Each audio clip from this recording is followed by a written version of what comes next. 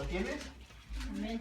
Dice, y habiendo tenido consejo, hizo el rey 2 becerros de oro y dio al pueblo bastante. Y dijo al pueblo, bastante habéis subido a Jerusalén, he aquí tus dioses, oh Israel, los cuales te hicieron subir de la tierra de Egipto. 29, y puso uno en Betel y el otro en Dan. Bueno, este rey se llama Jeroboam. Y este señor, era un sirviente de Salomón. Anteriormente, el que estaba reinando y duró muy poco, fue Roboam, el hijo de Salomón. Entonces, para poder estudiar el día de hoy lo que es el segundo libro de Reyes, el capítulo 4 del 1 al 7, quiero como ver este panorama y ver qué es lo que estaba sucediendo antes o lo que ha estado sucediendo en ese tiempo en Israel. Y algo que ha estado sucediendo es esto, hay una caída espiritual de parte de todo el pueblo. El pueblo no está buscando a Dios y sus dirigentes tampoco están llevando al pueblo a que busque a Dios. Entonces, Salomón, con todas las mujeres que la Biblia dice que tuvo, y con todos los altares y con todo este problema, ¿verdad?, espiritual que estaba causando en Israel, pues él muere y queda esta decadencia espiritual también allí en Israel. Y empieza a ver esta situación y este tipo de problemas, ¿no? Donde el pueblo ya no está buscando a Dios. Y vemos que después de su hijo Roboam, que duró muy poco, viene este señor que se llama Jeroboam y viene a ser rey y pone un becerro, bueno, 2 becerros, y nos dice el texto que uno lo pone en Betel y el otro lo pone en Dan, ¿no? Bueno, sigamos entonces ahora ahí mismo en Reyes, primer libro de Reyes, capítulo 16, versos 30 y 31. Primer libro de Reyes 16, capítulo 16, versos 30 al 31. Dice, y reinó Acab, hijo de Omri, sobre Israel en Samaria 22 años. Y Acab, hijo de Omri, hizo lo malo ante los ojos de Jehová, más que todos los que reinaron antes de él, porque le fue ligera cosa andar en los pecados de Jeroboam, hijo de Nabat, y tomó por mujer a Jezabel, hija de Edbal, rey de los Sidonios, y fue y sirvió a Baal y lo adoró. Entonces, para este tiempo, y bueno, me faltó decirlo hace un momento, con Jeroboam y con Roboam, el reino del norte, el reino se dividió en reino del norte y en reino del sur. Y entonces hay el rey más malo que dice la Biblia, o el rey más descalificado según la Biblia, es Acab, que hizo cosas muy desagradables delante de Dios. Entonces, para volver ahora sí a nuestra historia y analizarla, esta decadencia espiritual tiene que ver con que ellos voltearon y pusieron sus ojos en ídolos y pusieron su esperanza en ídolos que los mismos dirigentes habían puesto, ¿no?, como esperanza para Israel. Y ahora sí, teniendo como este contexto de lo que estaba pasando en Israel en ese tiempo y cómo estaba pues el ambiente espiritual o el sistema espiritual, pues estaba totalmente en decadencia, ¿no? No había gente que estuviera fielmente sirviendo a Dios, sino que muchos, después incluso de los profetas, se convertirían a ser profetas de Baal, ¿no? Lo vamos a ver con Jezabel en otros capítulos. Y vamos a ver que había muy pocos hombres que eran fieles al servicio de Dios y que estaban siendo fieles a Dios. Bueno, ahora sí, vamos a nuestra historia. En segundo libro de Reyes, capítulo 4, del 1 al 7.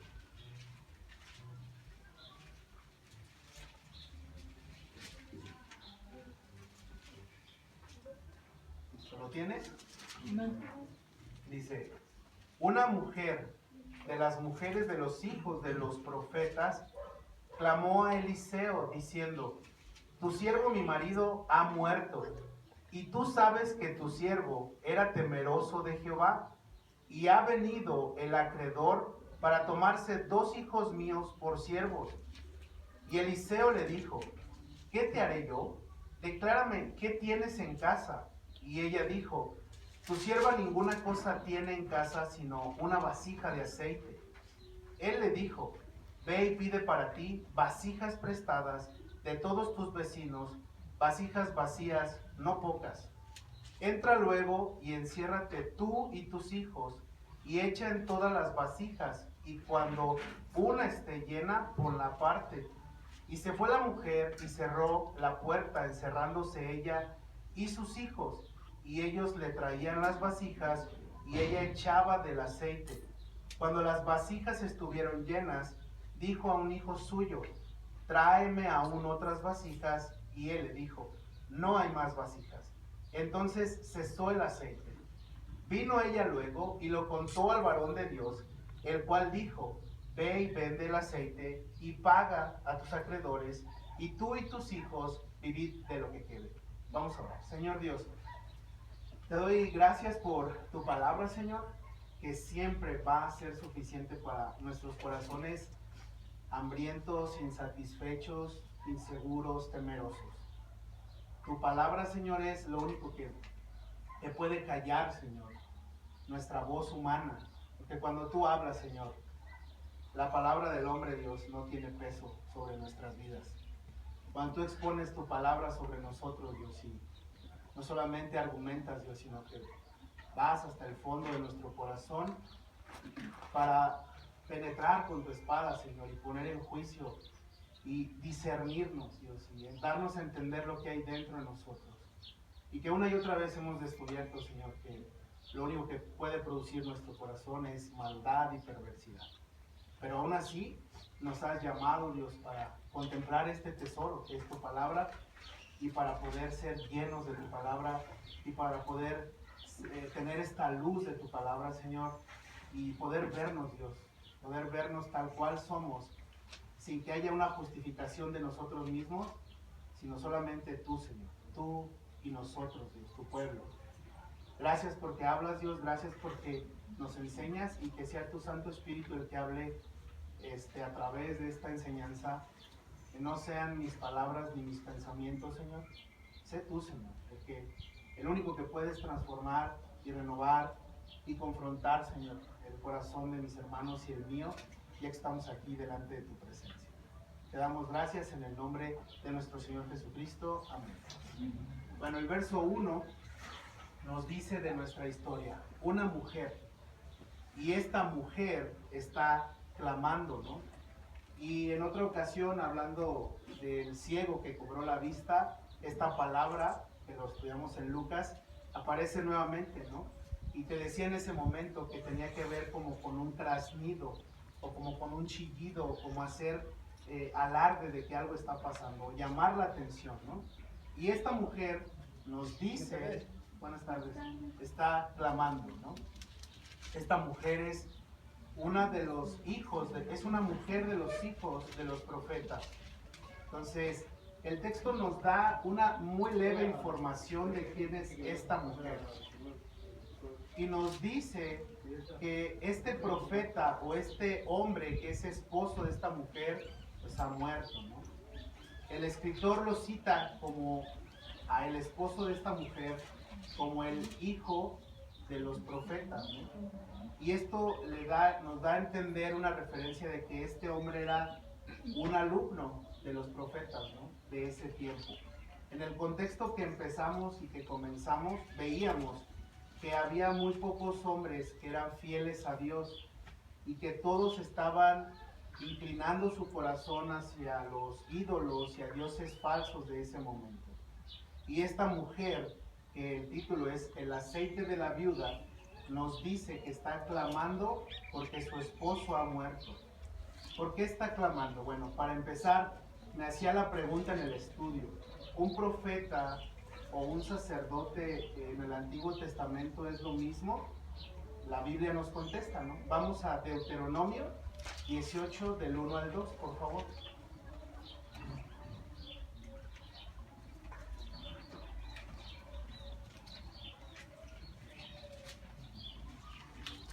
Deuteronomio 18, 1 y 2. Dice: los sacerdotes levitas, es decir, toda la tribu de Leví, no tendrán parte ni heredad en Israel. De las ofrendas quemadas a Jehová y de la heredad de él comerán. No tendrán pues heredad entre sus hermanos, Jehová es su heredad, como él les ha dicho. En la entrada, este es un mandamiento, un precepto para los levitas de este tiempo, ¿no? Para los sacerdotes del templo. Su única heredad es Dios. Ellos no disponen de alguna otra cosa más que de lo que Dios les provee de día a día. Eso es de lo que vivía un sacerdote en el Antiguo Testamento. Y bueno, ¿qué tiene que ver esto con el profeta? Vamos a allí mismo Deuteronomio 18, pero 15 y 16, versos 15 y 16. En el título dice que Dios promete un profeta como Moisés. Y en el 15 y 16 nos dice, profeta de en medio de ti, de tus hermanos, como yo, te levantará Jehová tu Dios, a él oiréis, conforme a todo lo que pediste a Jehová tu Dios en Horeb el día de la asamblea, diciendo, no vuelva yo a oír la voz de Jehová mi Dios, ni vea yo más este gran fuego para que no muera. Bueno, la idea de poner estos dos versículos es el primero, entender cómo vivía un hombre de Dios. Y un hombre de Dios no vivía en la opulencia, ni tenía riquezas, ni tenía heredad, porque su única heredad es Dios. Su única porción es Dios. Y la única diferencia que hay entre el levita y el profeta es que el profeta en efecto es un representante de Dios, hablando la palabra de Dios. Y el levita o el sacerdote tiene más que ver con los sacrificios y los actos dentro del tabernáculo. Pero al final de cuentas, ambos tienen una forma de vida que no tiene que ver con la opulencia o no tiene que ver con el tener bienes materiales, sino que ellos son dedicados y trabajan única y exclusivamente al servicio de Dios. Y entonces nos dice que esta mujer, en nuestra historia de Reyes, está clamando. Si está clamando, entonces es porque tiene un problema o una necesidad. Su problema y su necesidad la vamos a ir descubriendo, ¿no? ¿Cuál es ese problema? Este hombre, que era hijo de los profetas o alumno de los profetas y que quizás es contemporáneo de uno de los personajes que aparece en nuestra historia y que es Eliseo, pues era contemporáneo de Elías y Eliseo. Y surgiría la pregunta, bueno, ¿quién es Eliseo? Quiero saber quién es Eliseo, ¿no? Porque seguramente hemos escuchado pues, que es un profeta, pero ¿quién es, no? La Biblia nos dice en primer libro de Reyes 19:19, acompáñame por favor, ¿quién es este Eliseo? Primer libro de Reyes 19:19.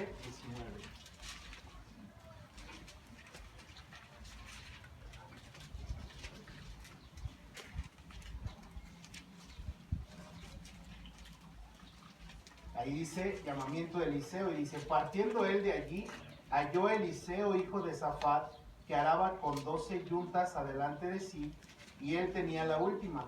Y pasando Elías por delante de él, echó sobre él su manto. Bueno, Elías es otro profeta fiel y contemporáneo de este Eliseo, y si tú recuerdas, él fue llevado, ¿no? Él no murió, él fue llevado con el Señor. Y entonces viene Elías, y llama a Eliseo, pone su manto, eligiéndolo para seguir su camino y para seguir esta profesión de ser profeta. Y entonces ahí está el llamado Eliseo, que era un profeta. Y él estaba ahí arando en su tierra, estaba trabajando en la casa de sus padres. Bueno, este profeta es al que le está clamando esta viuda, y es al que le está pidiendo ayuda porque tiene pues un problema. ¿Cuál es el problema de esta mujer? Vayamos nuevamente a nuestro texto del segundo libro de Reyes. Nos dice que la mujer clama a Eliseo y primero nos menciona algo. Dice, tu siervo mi marido ha muerto. Ahí en el verso 1. Y tú sabes que tu siervo era temeroso de Jehová. Es importante resaltar esto porque la viuda le está recordando a Eliseo que su esposo era de los fieles. De hecho, en otras versiones aparece así, como que este profeta fue fiel al Señor. Cuando hablamos de fiel es que no se apartó del servicio de Dios ni de buscar a Dios. Este no fue como los otros profetas que profetizaron sobre Baal o sobre Astarot. Entonces, este profeta, su mujer dice, fue fiel. Entonces, por favor, Eliseo, ayúdame. Y estamos descubriendo que su problema es el siguiente. Allí mismo, dice, ha venido el acreedor para tomarse 2 hijos míos por siervos. Entonces, no nos da otra referencia de por qué ha venido un acreedor, pero el acreedor no es otra cosa más que aquel que te ha prestado dinero y que ahora viene, ¿verdad?, a exigir su pago de manera inmediata.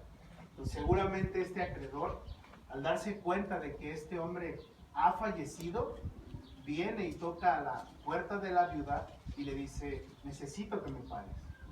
Necesito que pagues lo que tu esposo en vida me pidió prestado y ahora lo ocupo ya, lo quiero, lo requiero inmediatamente. Entonces, la mujer, como ya te dije, el profeta y la mujer y el profeta no vivían en opulencia. No es como que ellos se hubieran hecho ricos de profetizar, o bueno, él en este caso, de hablar de Dios, de hacerse rico a través de Dios. Había otros profetas que no profetizaban acerca de Dios, que quizás eran los que tenían dinero, porque profetizaban cosas halagueñas, como dice la palabra, y profetizaban cosas bonitas. Pero estos que estaban al servicio de Dios, pues no profetizaban más que la palabra de Dios. Y en estos tiempos de los reyes, la palabra de Dios, como ahora, siempre es verdad. Y era verdad que iban y confrontaban el pecado de los reyes y el pecado de la gente de alrededor de ellos. Entonces, el acreedor ha venido y está tocando la puerta de la viuda. Y la viuda, en primer lugar, pues ya es una mujer que no tiene quien vea por ella. Nos dice que tiene 2 hijos, pero no nos dice las edades. Sin embargo, esta mujer, aparentemente ante la sociedad, está desvalida, desprotegida. No hay quien salga al frente de ella y diga, yo pago, déjala en paz, sino que el acreedor está allí por la deuda que su esposo ha dejado. Entonces, esa va a ser como nuestra base de nuestro estudio. Ha venido el acreedor. Entonces, el acreedor está solicitando, ¿verdad?, su pago, y esto no es injusto. Ahora, ¿por qué está solicitando o a sus hijos de esta viuda, o por qué está pidiendo que los hijos de la viuda se vayan con él? ¿O por qué dice que los va a tomar? Bueno, en este tiempo la ley decía que si alguien había empobrecido o había pedido prestado dinero y no tenía para pagar, se hacía esclavo del acreedor. Y entonces estos hombres o jóvenes o toda una familia tenía que servir al acreedor durante 6 años y en el 7º quedaban libres, en el año del jubileo. Mira, vamos a Deuteronomio, capítulo 15, versos 12 al 15. Deuteronomio 15, versos 12 al 15.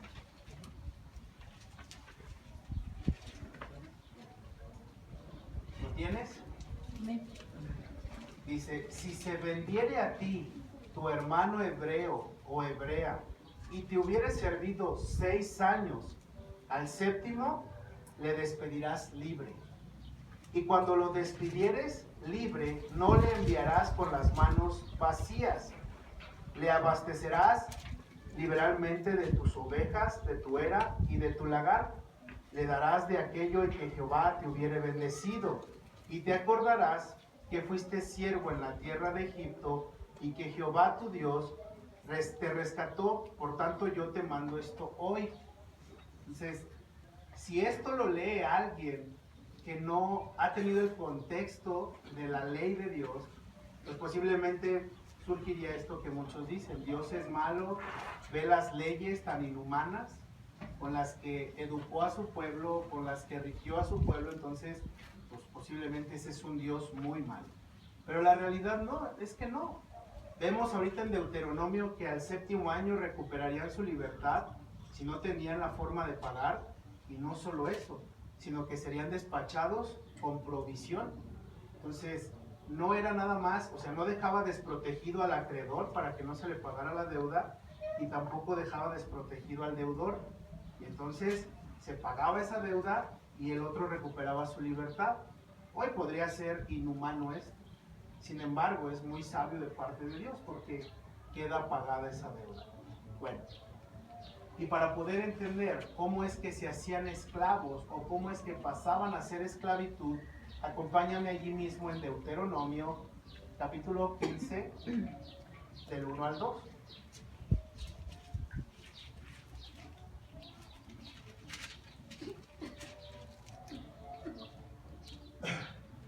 Dice, cada 7 años harás remisión, y esta es la manera de la remisión. Perdonará a su deudor todo aquel que hizo empréstito de su mano, con el cual obligó a su prójimo. No lo demandará más a su prójimo o a su hermano, porque es pregonada la remisión de Jehová. Entonces, vamos introduciéndonos a esta parte de la redención o el perdón, o el otorgar este perdón cuando hay una deuda. Y no dejes eso, ¿no? Porque al final del día y al final de nuestro estudio nos daremos cuenta de que nuestro objetivo es entender que somos deudores, ¿no? En primer plano somos deudores, pero vamos a descubrir de qué y por qué. Bueno, teniendo esto, el verso 2, ¿no es cierto? Vamos a Levítico 25, Levítico 25 del 39 al 41. Levítico 25 del 39 al 41.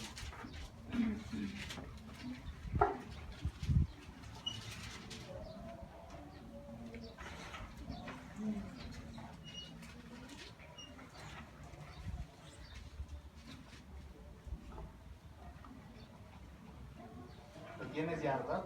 Dice, y cuando tu hermano empobreciere estando contigo y se vendiere a ti, no le harás servir como esclavo, como criado, como extranjero estará contigo, hasta el año del jubileo te servirá. Entonces saldrá libre de tu casa, él y sus hijos consigo, y volverá a su familia, y a la posesión de sus padres se restituirá. Otra de las cualidades de la ley es que no iba a quedar siendo esclavo para siempre. El hecho de que el acreedor haya llegado a la casa de la viuda y que haya tenido o que haya ejercido o que quería ejercer su derecho como acreedor, no significaba que iba a ser esclavo para siempre. Entonces esto es parte de la misericordia que Dios mostraba en su ley y de la gracia que mostraba en su ley, al decir, la ley te dice que si debes tienes que pagar, y si no tienes, entonces le trabajarás los 6 años y al séptimo serás libre. Y pues no deja desvalido, ¿no? al deudor. Ahora sí, verso 2 de nuestra historia. Regresamos, por favor. La pregunta de Eliseo. Y Eliseo dice, ¿qué te haré yo? Y esta pregunta es interesante porque la podemos entender o interpretar como, ¿cómo puedo ayudarte? Eliseo escuchó ya el clamor de esta viuda. Así como Dios muchas veces escucha nuestro clamor y siempre está dispuesto a decirnos, ¿cómo puedo ayudarte? Esa es una de las cualidades que Dios tiene y de sus atributos muy personales de Él, que he estado viendo en ciertos estudios, y es que Él es compasivo. Cuando tenemos un Dios compasivo y que ese atributo es ser compasivo, quiere decir que Él tiene la capacidad para dolerse contigo y conmigo, querer ayudarte y resolver el problema. Y eso es lo que me gusta de nuestro Dios, que es un Dios que es compasivo. Y aquí vemos, porque Eliseo dice, ¿qué te haré yo? ¿Cómo puedo ayudarte? Y entonces la viuda le dice, no tengo nada. Seguramente Eliseo le dice, pues ¿qué hay en tu casa, no? ¿Qué puedes vender? Cuando estaba estudiando esto siempre recuerdo este ejemplo de un día que no teníamos para la renta mi esposa y yo, y curiosamente teníamos una chocomilera de mis suegros en la casa. Y se está grabando. Y se van a enterar. Y finalmente no teníamos para pagar pues la renta. En mi desesperación, yo no clamé a Dios. Mi primer contacto con el mundo y mi primera fuente era, ¿cómo lo resuelvo?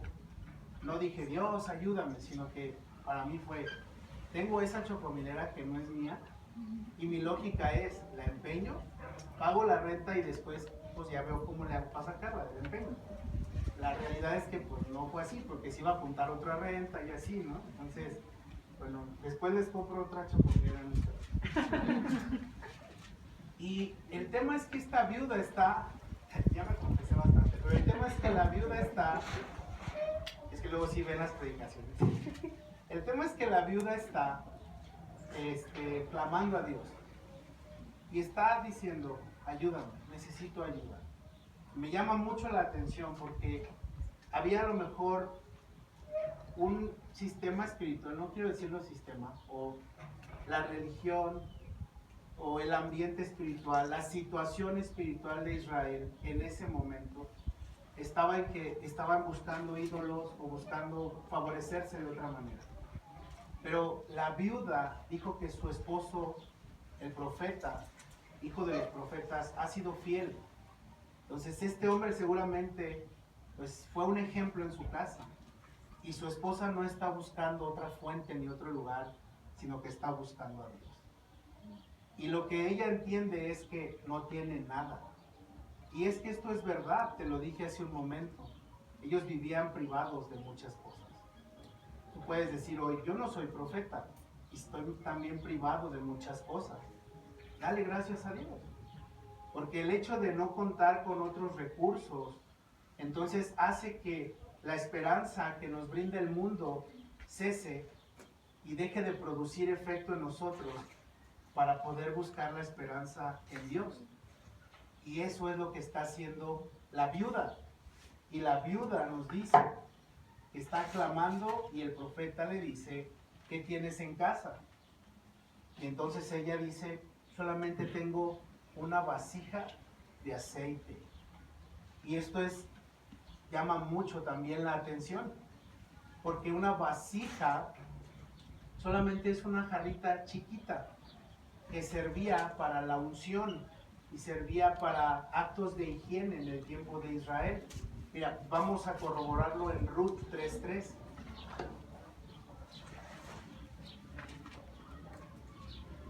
Ruth 3:3.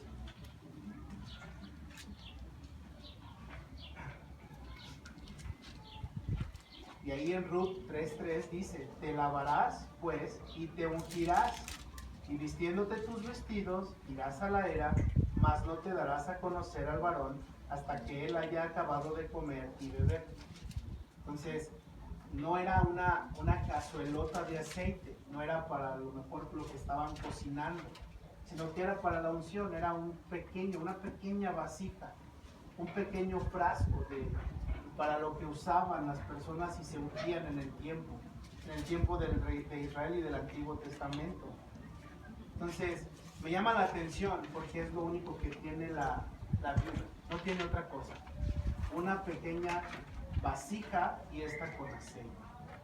Entonces, algo que me llama la atención es que las vasijas o este tipo de vasijas pues son frágiles y tiene una semejanza contigo y conmigo. Hace unas semanas estudiábamos también aquí en Corintios, ¿te acuerdas cuando veíamos que Dios había puesto su tesoro o un tesoro en nosotros en barros, ¿verdad? En vasos de barro? Entonces ahora estamos siendo aquí como una pequeña vasija frágil, ¿verdad? Pero no importa la vasija, sino vamos a ver que importa el contenido de la vasija. Y muchas veces tú y yo podemos estar así, siendo vasijas que a lo mejor estamos algo maltratadas por algunas caídas, o porque el polvo ya nos pegó duro, o porque el sol está dando duro a la vasija, pero lo que importa es el contenido, lo que ha depositado, como lo dijo Pablo ese día, ¿te acuerdas en Corintios? Ha depositado en nosotros un tesoro. Bueno, siguiendo adelante. Entonces, ¿cómo es que se está consagrando ahora esta mujer? Esta mujer se está consagrando y se consagrará para una bendición especial. porque ya clamó y Dios escuchó. El profeta dijo, ¿en qué puedo ayudarte? Entonces Dios está escuchando su clamor y está escuchando la súplica. Y ahora Dios está diciendo, úngete, ¿no? Vamos a verlo en Levítico 8:12. Vea Levítico 8:12.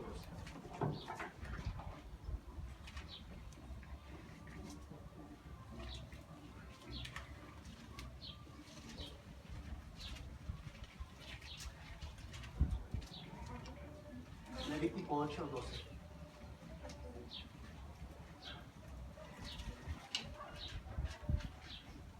Dice, y derramó del aceite de la unción sobre la cabeza de Aarón y lo ungió para santificarlo. Entonces, quizás no tienes dinero hoy o no tienes para solucionar ese problema. Pero Dios ha puesto en ti y en mí su Espíritu Santo. Y nos ha estado consagrando y nos ha estado ungiendo para santificarnos y apartarnos. Entonces la viuda está por descubrir un milagro, pero Dios está llevándola paso a paso. Y el paso a paso primero es ver, ¿qué tienes? La viuda contesta, una vasija con aceite, ¿ok? Ya descubrimos que era para ungirse. Entonces la idea de todo esto es, úngete, apártete, santifícate porque vas a ver. ¿Qué tiene que ver esto con la viuda? Porque quizás la pregunta a lo mejor tiene que ver no solamente con lo que tiene materialmente, sí, materialmente, sino con lo que a lo mejor también tiene espiritualmente. Porque la pregunta es, ¿qué tienes en casa? Y esto es interesante porque podemos ver la casa de la viuda y decir, solo está la vasija. Y la pregunta para ti y para mí sería, ¿qué tenemos en nuestra casa? Dentro de nuestro corazón. No sé si haya algo que nos estorbe o esté estorbando para poder ser santificados o ayudados por Dios. No lo sé. Pero la idea es esa, la pregunta es, ¿qué tienes en casa? ¿Qué hay en tu corazón? Y entonces Eliseo va a dar una solución y le va a decir a la viuda lo que tiene que hacer en el verso 3. Vea el verso 3 del capítulo 4 del segundo libro de Reyes.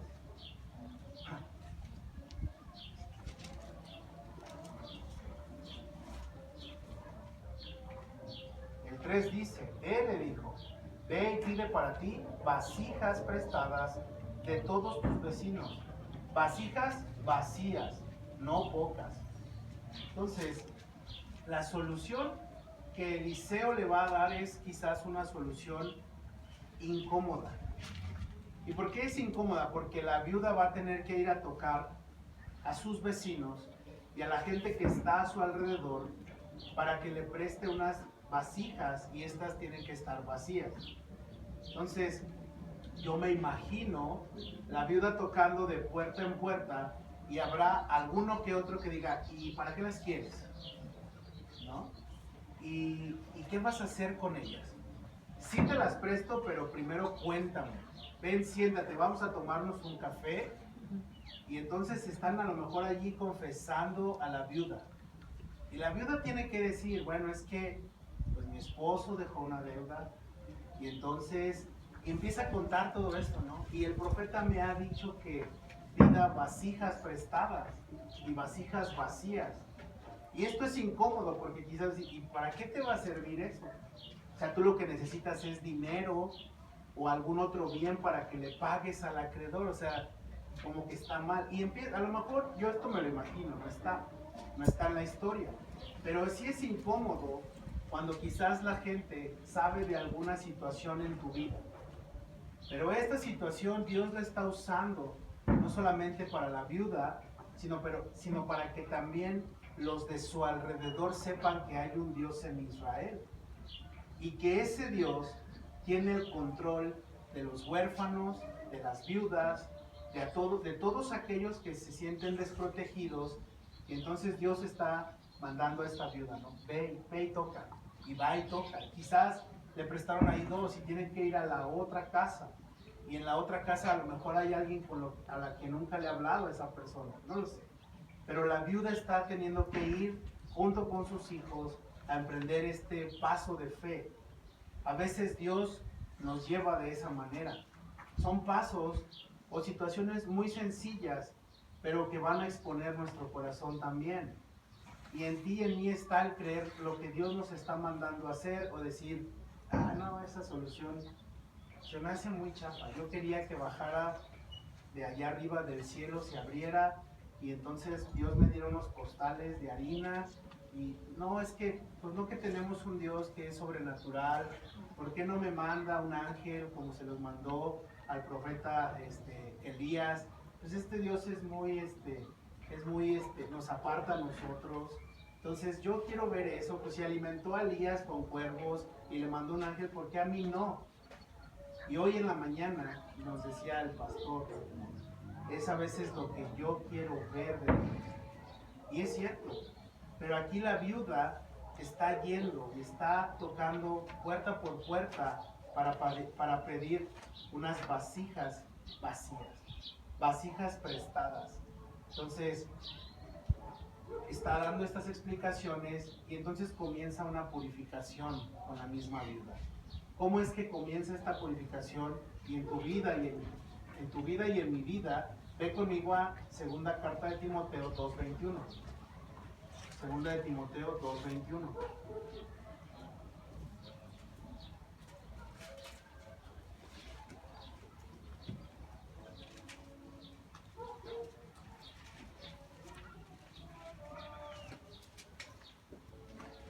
¿Tienes?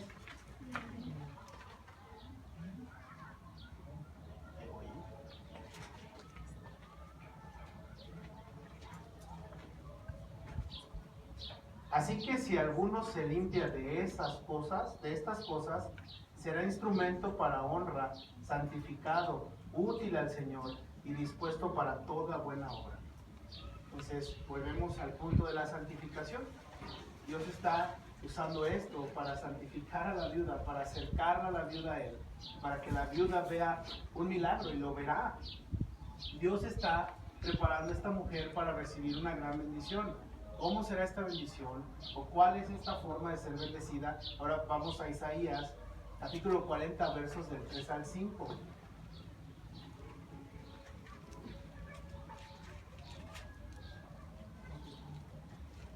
Isaías 40, versos del 3 al 5. Dice, voz que clama en el desierto, preparad camino a Jehová, enderezad calzada en la soledad a nuestro Dios. Todo valle sea alzado y bájese todo monte y collado, y lo torcido se enderece, y lo áspero se allane. Se manifestará la gloria de Jehová, y toda carne juntamente la verá, porque la boca de Jehová ha hablado. Entonces, la voz que clama en medio de Israel es esta viuda, está clamando, pidiendo un favor a Dios, pidiendo ayuda, clamando en su desesperación. El acreedor no quiere esperar más. Su problema se está agravando. Y entonces esta mujer está haciendo una voz allí en Israel para recordarles a aquellos que han dejado el camino también, para recordarles a aquellos que han abandonado este camino y que han desistido en el camino. Y esta situación de la viuda y de este hombre que fue fiel y que ya no está, pero ahí está una voz clamando en medio de todos. ¿Cuál es eso? Que todos verán la gloria. Y la mujer está siendo preparada para ver algo sobrenatural. Quizás no está viendo ángeles, quizás no está viendo que los cuervos le están llevando la comida o la porción, pero entonces verá algo mucho más grande y mucho más espiritual. Verso 4. Vamos otra vez a nuestra historia. Verso 4.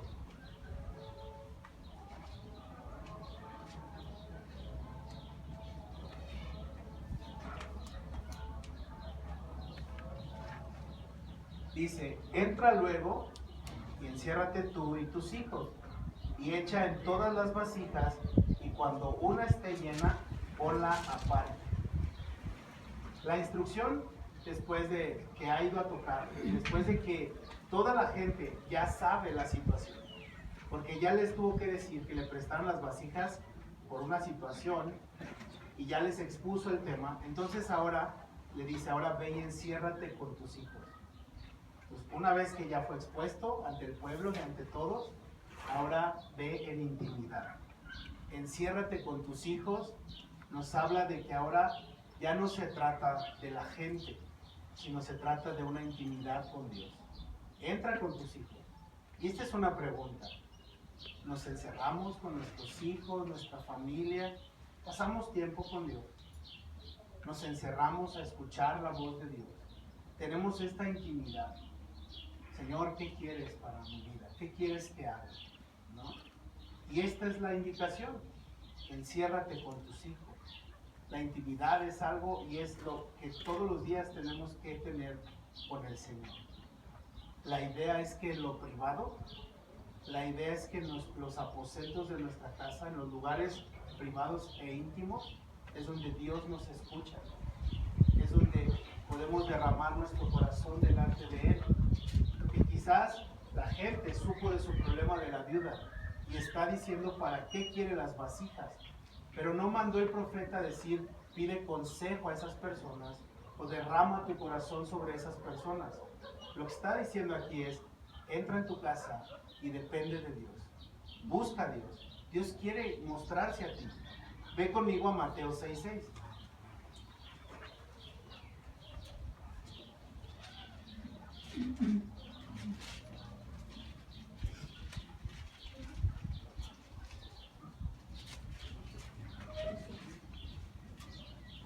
Mateo 6:6.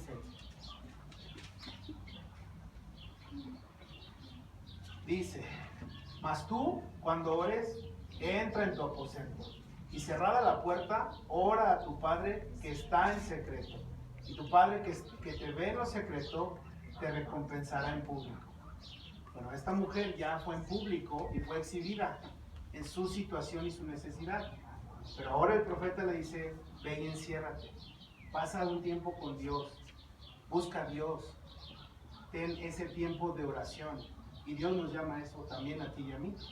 Que pasemos un tiempo de oración en privado con Él. No que oremos donde todos nos vean, sino en intimidad. Donde Él nos conoce tal cual somos. Donde no tenemos que aparentar ser alguien o algo. Donde estamos cerca de Él y Él realmente no podemos engañarlo a Él. Estamos totalmente desnudos en esa intimidad y no hablamos elocuentes o no nos comportamos de cierta manera, sino que estamos delante de Él y podemos rendir y Él puede ver nuestro corazón. Y esto es lo que está diciéndole Eliseo a la viuda. Métete a tu casa con tus hijos y derrama tu corazón. Y ahora, ¿qué va a suceder en esta casa? ¿O qué es lo que está por suceder en esta casa? Ve conmigo a segundo libro de Crónicas, capítulo 7, versos 15 y 16. Segundo libro de Crónicas. Segundo libro de Crónicas 7, 15 y 16.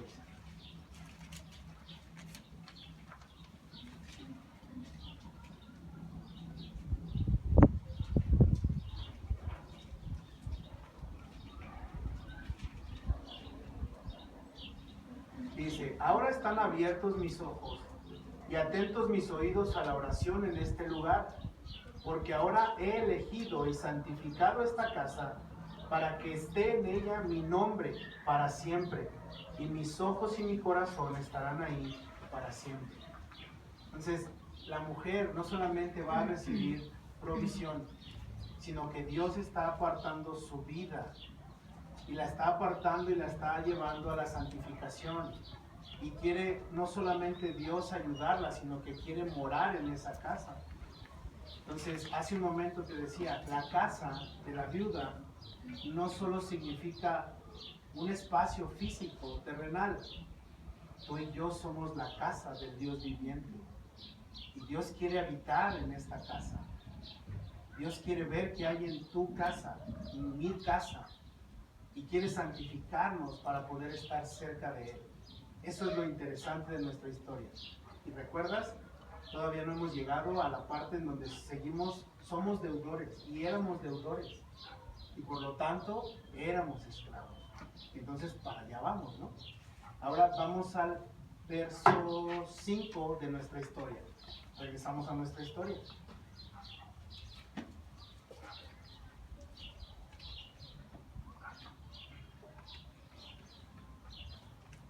se fue la mujer y cerró la puerta encerrándose ella y sus hijos, y ellos le traían las vasijas y ella echaba del aceite.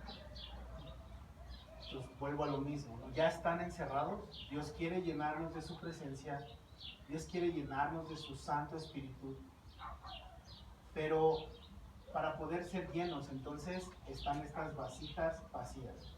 Necesitamos estar vaciados delante de Dios. Necesitamos quitar esos estorbos.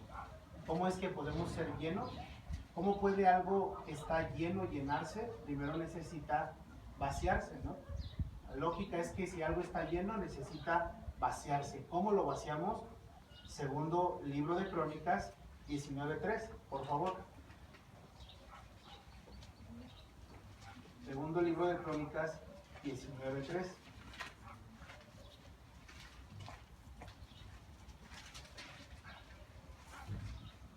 Dice: pero se han hallado en ti buenas cosas, por cuanto has quitado de la tierra las imágenes de acera y has dispuesto tu corazón para buscar a Dios. La viuda está buscando a Dios. Y viene una pregunta que nos confronta a nosotros. ¿Estamos buscando a Dios o aún tenemos imágenes de acera o de algún otro ídolo? Podemos ver que es muy fácil encontrar el pecado en los tiempos de los reyes y en el tiempo de los profetas, porque los ídolos eran muy grandes. Incluso podríamos decir, yo no tengo ya ídolos en mi casa, pero por eso la perspectiva es no dejar de ver qué hay dentro de mi corazón, que es la casa de Dios. Y a veces hay muchos ídolos, y no necesariamente tiene que ser Acera o Baal o algún otro dios o dios falso, como los que llamaban en el tiempo de los reyes. Pero esta es una pregunta que Dios nos hace. ¿Qué sigue estando allí, ocupando el lugar de Dios? ¿Qué sigue estando entonces siendo estorbo para que Dios reine completamente en tu vida y en mi vida? Entonces, para poder ser llenos, necesitamos vaciar y quitar aquello a lo cual Dios no le agrada. Y esto sí tiene que ser algo voluntario de nosotros, renunciar a eso. Y Dios hace todo lo que para nosotros no es posible. Regresamos a nuestra historia, en el mismo verso 5.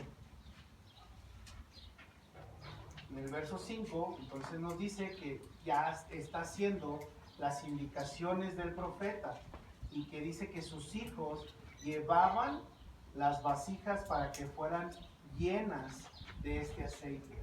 Ahora, ¿cómo debemos de llenarnos? Ya quité el estorbo. Entonces ya entendí, ya estoy de verdad echando afuera esa basura, estoy tirándolo, pero entonces ¿cómo me lleno y qué tengo que hacer o cuál es mi siguiente paso? Ahora vamos a Romanos 8, 15, 16. Romanos 8, 15 y 16.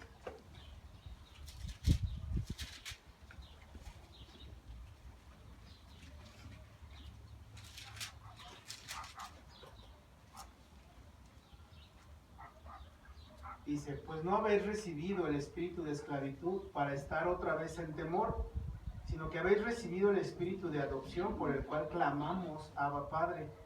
El espíritu mismo da testimonio a nuestro espíritu de que somos hijos de Dios. Bueno, esta mujer está clamando como una hija de Dios, diciendo Abba Padre. El que está lleno del espíritu de Dios puede decir a Dios Padre y confiar en que su Padre escucha. Entonces, para poder vaciarnos, tiene que venir el Espíritu Santo y llenarnos. Entonces, ¿en qué consiste esa llenura? En que ahora el Espíritu no es de esclavitud, no es de temor, sino que este Espíritu nos da una confianza. La confianza es que el resultado de esta viuda, o el objetivo final de esta viuda, es que recibirá su milagro. Ahora, analizábamos un poco esto en el colegio. Y teníamos esta particular pregunta: si Dios hace un milagro en mi vida, que estoy necesitando tanto, ¿es Dios? Si Dios no lo hiciera, ¿deja de ser Dios? Por supuesto que no. Pero la realidad es que muchas veces, cuando Dios no obra como yo quiero, Y cuando Dios no hace lo que yo quiero, entonces veo a un Dios muy lejano, a un Dios que no me escucha y veo a un Dios que no quiere ayudarme. Y entonces puedo decir, este Dios no aplica para mí, buscaré en otro lado. Y esa es la otra condición del pueblo de Israel, que fue a buscar en ídolos y en otras cosas la satisfacción que supuestamente ellos no encontraron en Dios. La realidad es esta.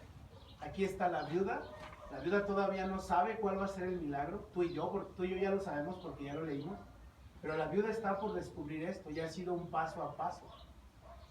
Regresamos a nuestra historia, nuevamente. Entonces estamos entendiendo que ya estamos, ella es hija de Dios, tú y yo somos hijos de Dios, podemos clamar con el Espíritu que está en nuestra vida, y el verso 6 de nuestra historia.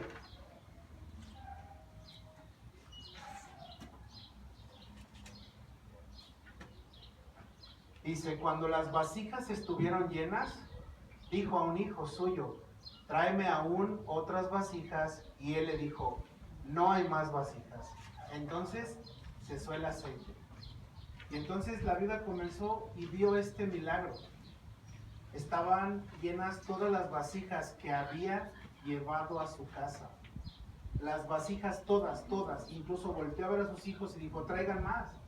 Los hijos dijeron, no hay más vasijas, y el aceite dejó de salir pues de la vasija, ¿no? Entonces, en Jesús tú y yo estamos completos. ¿Tú crees eso? En Jesús tú y yo estamos completos, siempre. Las vasijas estaban llenas a tope. Tú y yo somos estas vasijas hoy.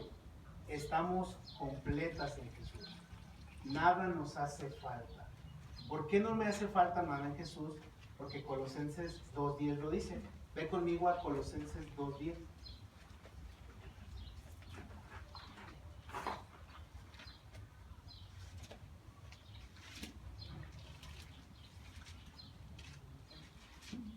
Colosenses 2:10.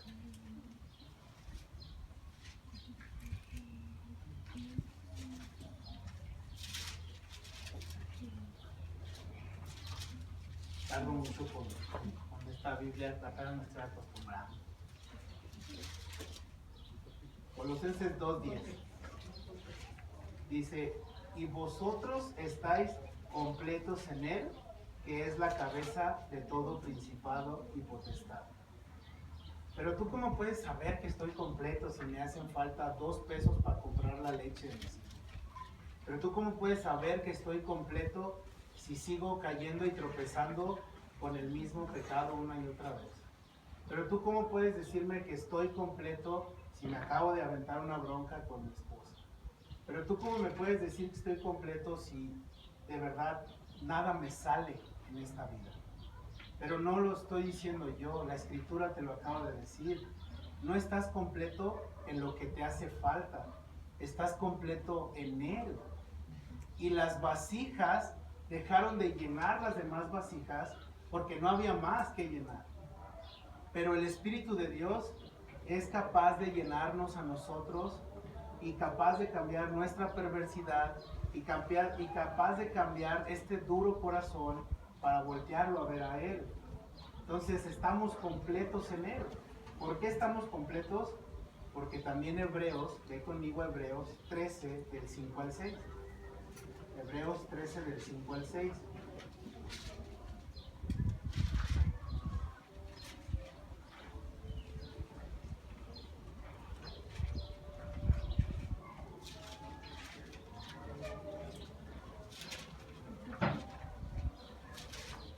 Hebreos 13 del 5 al 6 dice, sean vuestras costumbres sin avaricia, contentos con los que tenéis ahora, porque Él dijo, no te desampararé ni te dejaré. De manera que podemos decir confiadamente, el Señor es mi ayudador, no temeré lo que me pueda hacer el hombre. Y entonces esta viuda, a pesar de que no está leyendo Hebreos, sabe que el Señor es el que la va a socorrer, la está amparando, y que aunque el acreedor ha llegado, el Señor está viendo por ella y el Señor está pagando su deuda. Vamos a verlo ahorita, ¿no? Todas las vasijas se han llenado. No hay más aceite. ¿Por qué no hay más aceite? Porque Dios nos da justo lo que necesitamos. A veces, o más bien, siempre me quejé para con Dios. Y ayer también lo veíamos en el colegio y dijo mi esposa, lo voy a exhibir ahí en el debate en el colegio. Y algo que le he contado a la gente es esto, ¿no? Vino a mi vida un tiempo de prueba y no quise esa prueba. Y no quise ese desierto. Y siempre me pongo bien chillón con esto, entonces ahí me disculpan si lloro. Pero a veces nunca me sentí completo en Jesús porque siempre vi menos el sacrificio de Jesús.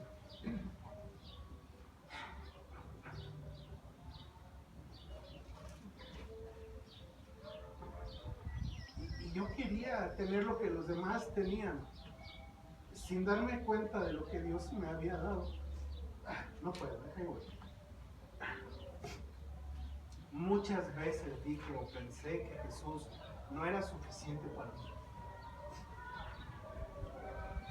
La mejor etapa de mi vida es esta, donde entendí que no tengo que tener un título ahí colgado en la pared para satisfacer las demandas de mi familia y que puedan aplaudirme y elogiarme.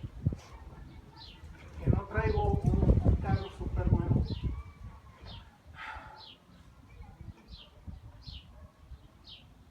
Y que llegué a pensar que eso era la llenura. Pero lo mejor del día de hoy es que Él me enseñó que eso no era mi llenura. Y no solo eso, sino que cuando Él me regresó a Él y mostró que mis vasijas estaban muy llenas de cochinada y de mugre y de cochambre y de todo un poco.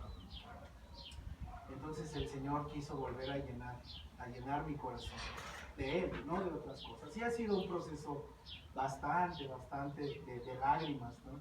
Y de confrontación. Pero aquí el tema no se trata de mí. Aquí el tema se trata de Jesús. Solo pongo un ejemplo de cómo podemos a veces menospreciar lo que Jesús es, lo que hizo en la cruz por ti, por mí. El aceite está allí, dejando de fluir, y todas las vasijas están llenas. Yo quería ver, cuando leí esta historia hace 9 años, 8 años, en mi casa de ustedes, cuando vivía todavía en Silao, pensaba que esta historia tenía que ver con finanzas y economía, porque como las vasijas estaban muy llenas, pues dije, Dios quiere bendecirme con mucho dinero, pero no se trata de dinero.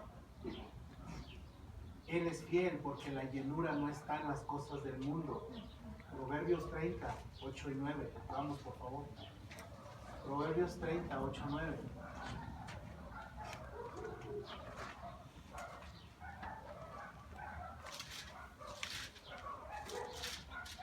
Proverbios 30, del 8 al 9. Dice: vanidad y palabra mentirosa aparta de mí. No me des pobreza ni riquezas. Manténme del pan necesario. No sea que me sacie y niegue y diga, ¿quién es Jehová? O que siendo pobre hurte y blasfeme el nombre de mi Dios. Yo soy ese hombre. Tristemente, que he blasfemado de esta manera, robándole a Dios y creyendo que mi vida me pertenecía. Entonces, ¿por qué tiene que ver esto con que estemos completos? Porque realmente estamos completos en Jesús. Estamos completos en su sacrificio. Estamos completos en lo que Él nos da día con día. Muchas veces yo esperaba ver mucha abundancia de dinero, de cosas. Y eso era un problema en mi corazón. Eso esperaba yo. La realidad es que Dios nos da cada día lo que tenemos necesidad de cada día. Él nos añade cada día según su gracia, que es muy rica y abundante. Entonces hoy en la mañana el pastor decía, conforme al Deuteronomio, recordar. Y realmente eso he estado haciendo, recordar todo este proceso, y que en su momento, cuando estoy completo en él, pude maldecir incluso unos frijoles, y hoy puedo decir qué ricos están. Entonces la perspectiva no cambia, ni mi corazón es el que cambia, hasta que no puedo entender que en él estoy completo. Él es lo que me tiene completo, no yo. Verso 7 de nuestra historia. Verso 7.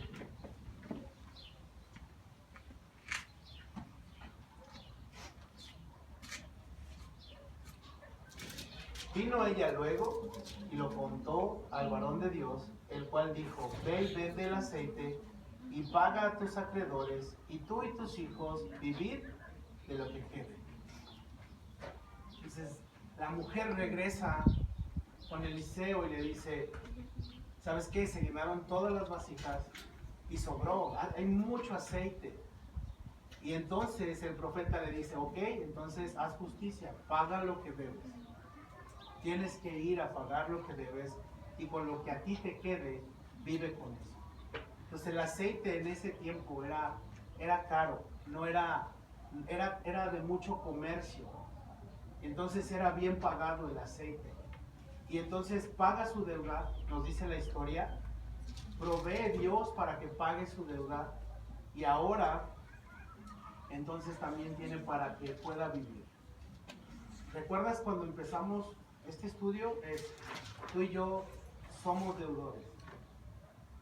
Y hay algo que también me tocó mucho en el estudio, y es que Dios proveyó para mí y para ti la forma de pagar mi deuda. Dios ha proveído esa manera de pago. ¿En quién lo ha proveído? En Cristo. Cristo es esa propiciación donde se aplacó la ira de Dios cuando he sido rebelde. Y no solo eso, sino que a través de esa propiciación tomó la sangre de su Hijo y la puso en mí para que yo fuera cubierto de su sangre en lugar de mi vergüenza y de mi pecado. Y eso es igual para contar. Entonces, nuestra historia está dando un giro dramático, porque nos dijeron dramáticos en la mañana. Pero está dando un giro, y este giro tiene que ver con una historia en Génesis 22:13. Vea Génesis 22:13. Génesis 22:13. ¿Lo tienes? Esta es la historia, ¿verdad?, de Abraham y de Isaac, cuando Dios le dice, sacrifica a Isaac. Y entonces el verso 13 dice, entonces alzó Abraham sus ojos y miró, y he aquí a sus espaldas un carnero trabado en un zarzal por sus cuernos. Y fue Abraham y tomó el carnero y lo ofreció en holocausto en lugar de su hijo. En la prueba de Abraham, en la situación con la misma viuda, que posiblemente perdería a sus hijos y que tenían que sus hijos pagar esta deuda con trabajo.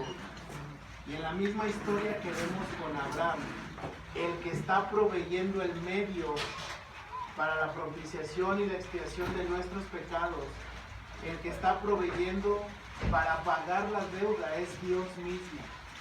Y esto es algo admirable de parte de Dios, porque si le debemos algo, el deber ser es que busquemos cómo pagar. Pero Él ve que somos incapaces de pagar y nos da el medio para poder pagarle, y que esa demanda del acreedor quede satisfecha y pagada. Entonces, en la historia de nuestra viuda, tú y yo venimos a ser como esta viuda. El acreedor está viniendo a tocar la puerta y el acreedor te dice, me debes. Podemos decir, no debo nada porque yo vivo mi vida como yo quiero. Yo vivo y hago de mi vida lo que yo quiero. Mi vida es mía. Ve conmigo a Romanos 5:20.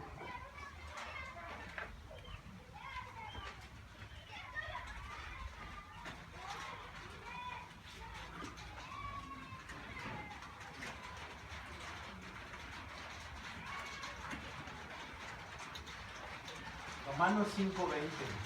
Mi deuda era grande, puedo deber mucho, la deuda es muy grande y puedo pensar que mi vida me pertenece, realmente no me pertenece. Pero Romanos 5:20 me dice que la ley se introdujo para que el pecado abundase, mas cuando el pecado abundó, sobreabundó la gracia. ¿Qué fue lo que pasó con las vasijas y el aceite? Sobreabundaron. Hubo mucha bendición en la casa de la viuda. ¿Y cuál es esa bendición que ha sobreabundado en tu vida y mi vida? Ve conmigo a Colosenses 2, 13 y 14.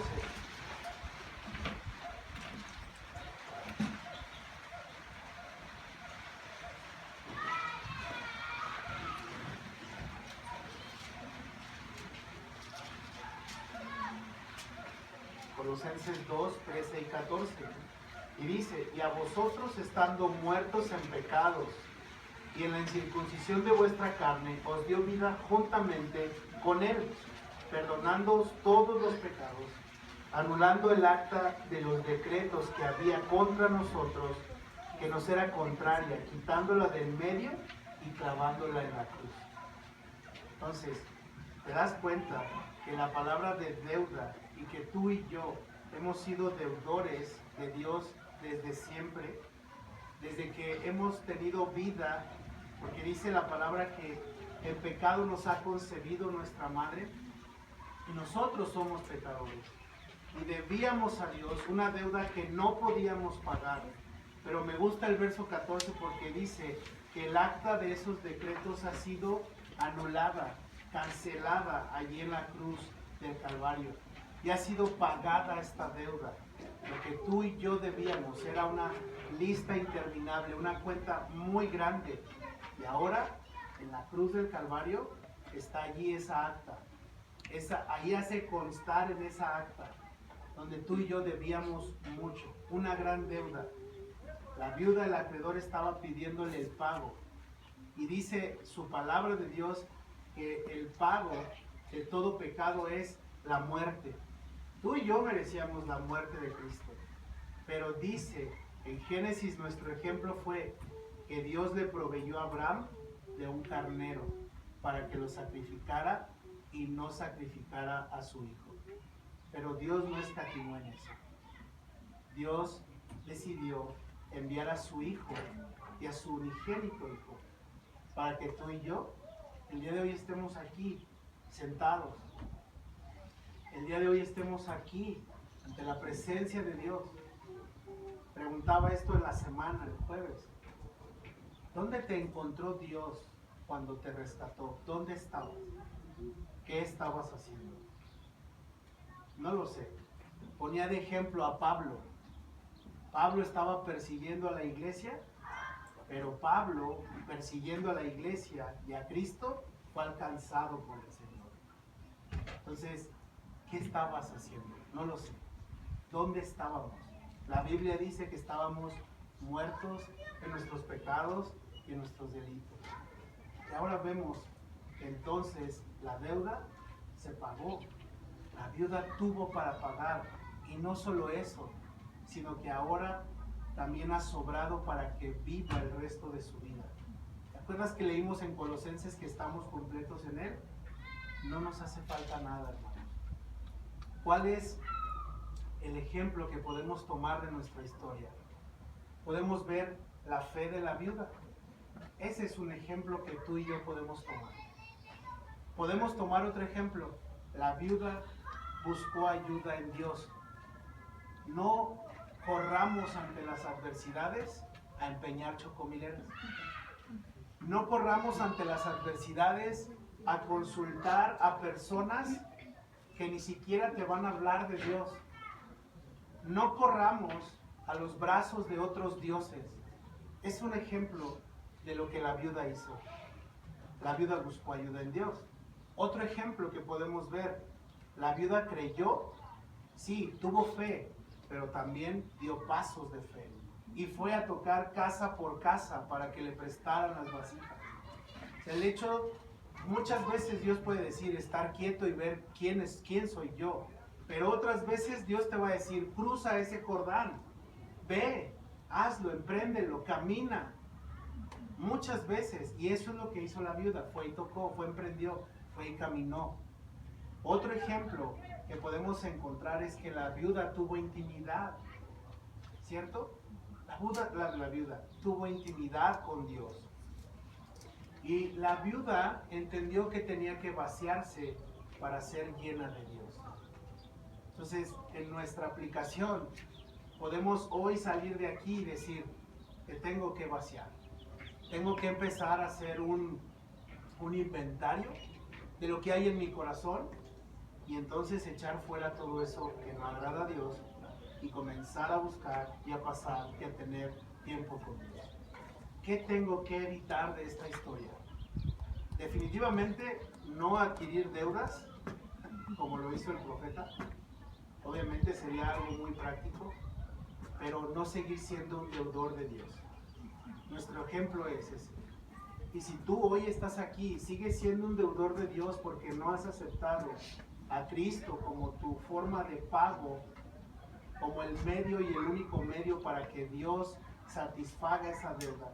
Si tú hoy estás aquí, el ejemplo que tenemos que hacer es no seguir siendo deudores de Dios, porque tu vida y mi vida le pertenecen a Dios.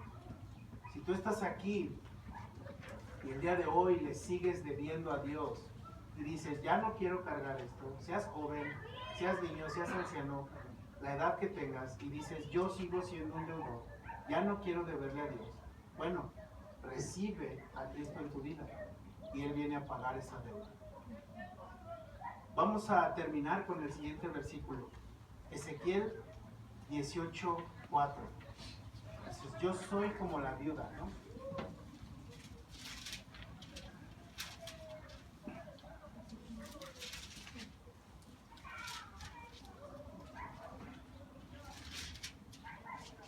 Ezequiel 18:4.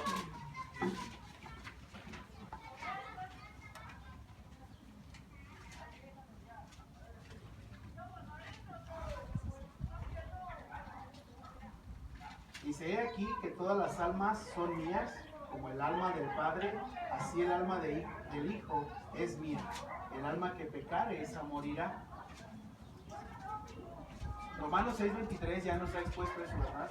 Que la paga del pecado es muerte. Si tú estás aquí hoy y todavía, te lo vuelvo a decir, estás en muerte, o realmente reconoces que en todo este caminar no has recibido a Cristo, o tu vida ha sido solamente una religión más y quieres reconocer a Cristo, entonces no esperes más. Porque Jesús dijo en la cruz, ¿verdad? Sus últimas palabras fue, consumado es. Y cuando Jesús dijo, está escrito en Juan 19:30, consumado es, quiere decir, ya pagué la deuda. Y una vez más, nos pone a nosotros como deudores. Y entonces Jesús dijo, yo pagué tu deuda. Todas las almas son del Señor. No hay una sola que no sea de Él. Todo ser viviente creado es de Dios. Pero no todo ser viviente es hijo de Dios. Entonces, hoy decides tener a Cristo en tu vida. Hoy decides caminar con Él. Eso es personal entre tú y Dios. Pero Dios nos ha recordado algo. La deuda ya está pagada. ¿Oramos?